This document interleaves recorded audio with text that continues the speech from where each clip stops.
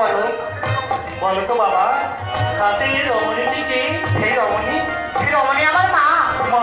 হ্যাঁ বেটা। মহারাজ, যে আমার